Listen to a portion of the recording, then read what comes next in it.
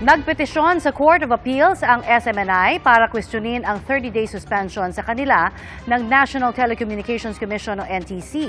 Giit nila sa petisyon, nagkaroon ng grave abuse of authority ang NTC sa pagpataw agad ng suspensyon dahil hindi nila nagkaroon ng due process. Humihiling din sila ng temporary restraining order para ipatigil ang suspensyon at muling makaere. Question din ng SMNI kung bakit buong network ang sinuspindi, gayong 2 programa lamang nila ang inirereklamo. Hinihingan pa namin ng pahayag ang NTC ukol dito. Nagsimula ng hindi umere sa TV at radyo ang SMNI noong Lunes, araw ng Pasko. Pero tuloy pa rin ang kanilang operasyon sa social media at ibang platforms.